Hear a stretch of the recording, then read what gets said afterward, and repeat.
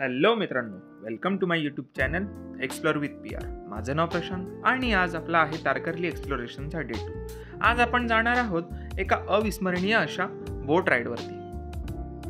तर मित्रांनो, आता वाजले आहेत सकाळचे 7 आणि आपण आलो आहोत कर्ली खाडीजवळ, जेथून आपली बोट राईड चालू होणार आहे. सकाळची वेळ असल्यामुळे गर्दी फार कमी होती आणि सोबतच वातावरण पण एकदम फ्रेश असं होतं. एवढ्या सकाळी निघायचे अजून एक कारण म्हणजे 10 ते 11च्या दरम्यान डॉल्फिन दिसण्याचे चान्सेस जास्त असतात. ऑब्व्हियसली आहे, हे लकवरती पण डिपेंड असतं. सो बघूया आज आपल्याला डॉल्फिन पाहायला भेटते की नाही.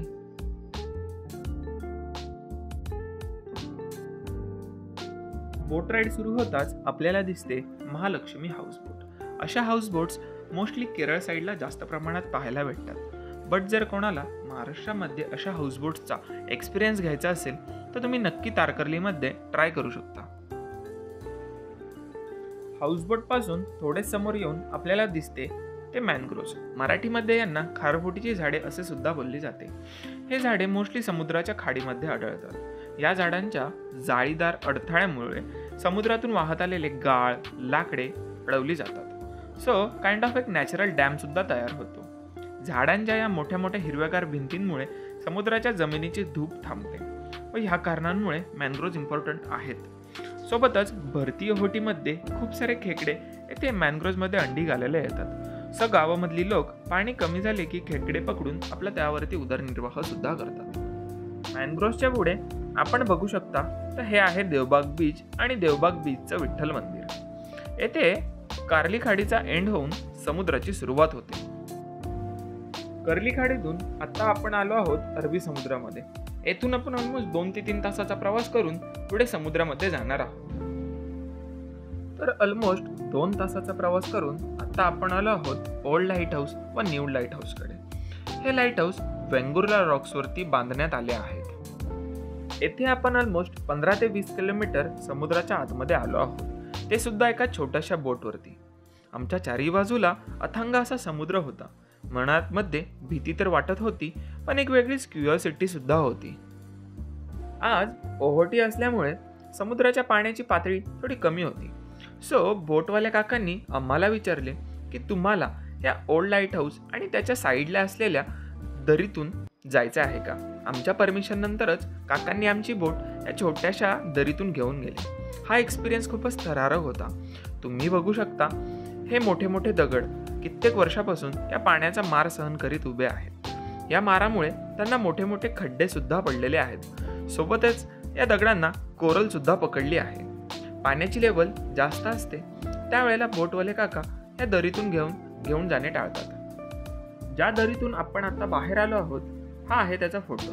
तुम्ही बघू शकता एका साईडला आहे हे ओल्ड लाईट हाऊस तर दुसऱ्या साईडला आहे हा डोंगर. हे आहे Vengurla Nivati old light house. हे लाईट हाऊस इसवी सन 1800 मध्ये इंग्रजांकडून बांधण्यात आले. हा जो समुद्राचा भाग आहे येथे छोटे मोठे असे 20 डोंगर आहेत. म्हणूनच रात्रीच्या वेळेस कोणते शिप व बोट या डोंगरांना धडकून त्याचा अपघात होऊ नये म्हणूनच हे लाईट हाऊस येथे बांधण्यात आले आहे. हा आहे Vengurla Nivati new light house.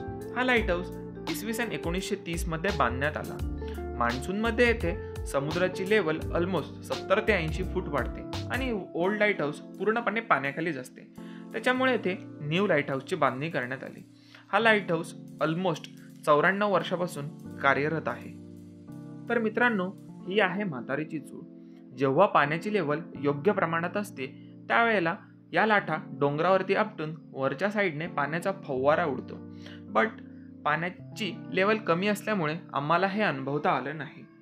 तसेच आम्ही लाईट हाऊसला बाय बाय करून पुढे आता आम्ही चाललो आहोत नेवती बीचकडे.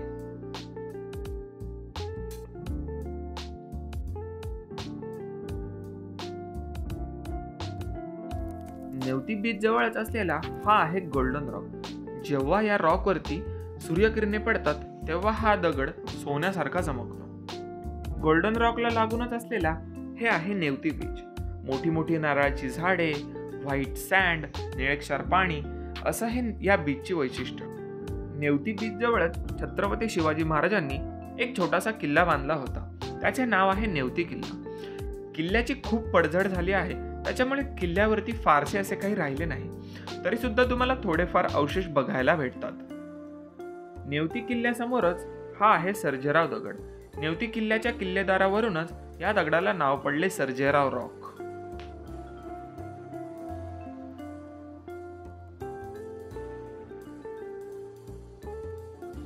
नेवती किल्ल्याच्या एका साईडला आहे नेवती बीच, तर दुसऱ्या बाजूला आहे हे भोगवे बीच. एकदम शांत स्वच्छ असे हे भोगवे बीच. तर भोगवे बीच पाहून आम्ही निघालो परतीच्या वाटेकडे. पण मध्येच आमच्या बोटवाल्या काकांना डॉल्फिन दिसल्या, म्हणून काकांनी बोट एका जागी उभी करून आम्ही डॉल्फिनची वाट बघत बसलो. आणि लकीली आम्हाला खूप साऱ्या डॉल्फिन्स पाहायला भेटल्या. फर्स्ट टाइम लाईव्ह डॉल्फिन बघत होतो, म्हणून एक वेगळीच एक्साइटमेंट होती.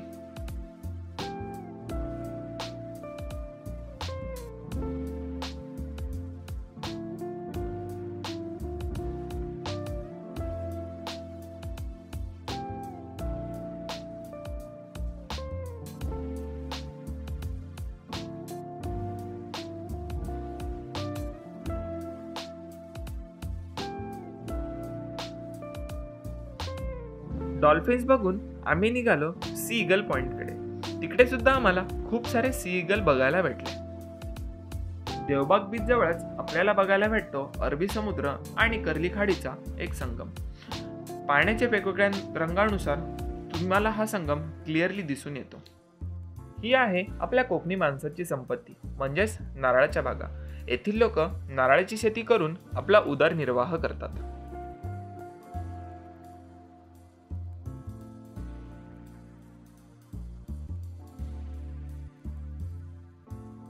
हा आहे आपल्या बोट राईडचा लास्टचा पॉइंट, म्हणजेच सुनामी आयलंड.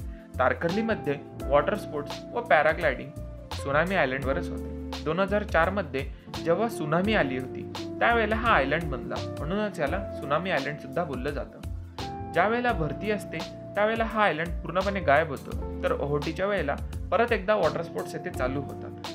मित्रांनो, हे आहेत दिनेश काका, ज्यांनी आम्हाला या छानशा बोट राईडवरती घेऊन गेले होते. माझं नाव दिनेश गंगाधर देऊळकर. आपली बोट आहे मोरिया प्रसन्न नावाची आणि मोरिया, अशा 2 बोटी आहेत. जातेवेळी हे तारकर्ली बॅकवॉटर सफर आहे आपली, मिनी केरळसारखी. जातेवेळी MTDCचे हाऊसबोट, विठ्ठल मंदिर, Devbag beach, Bhogwe beach, crocodile point म्हणजे डोंगराचा आकार, sea bird, Sangam, tsunami island आणि कर्ली गाव ही संगमपर्यंत सफर झाली. त्याच्या पुढे जर वाटलं तुम्हाला जायचं असेल, डॉल्फिन सफर आहे आपल्याकडे, गोल्डन सी रॉक आहे, न्यूटी बीच आहे आणि लाईट हाऊस आहे. अशा आपल्याकडे 4 सफारी आहेत. जी आपल्याला कुठची पाहिजे सफर ती तुम्ही घेऊ शकता, जसं प्राईस पडतं. तर मित्रांनो, जर तुम्ही कधी तारकर्लीला गेलात तर दिनेश काकांना नक्की संपर्क करा. मी त्यांचा नंबर डिस्क्रिप्शन बॉक्समध्ये देत आहे. तर मित्रांनो, असा होता आपला तारकर्लीचा बोट राईडचा एक्सपिरियन्स. जर तुम्हाला हा व्हिडिओ आवडला असेल तर व्हिडिओला लाईक करा आणि चॅनलला सबस्क्राईब करा. थँक्यू.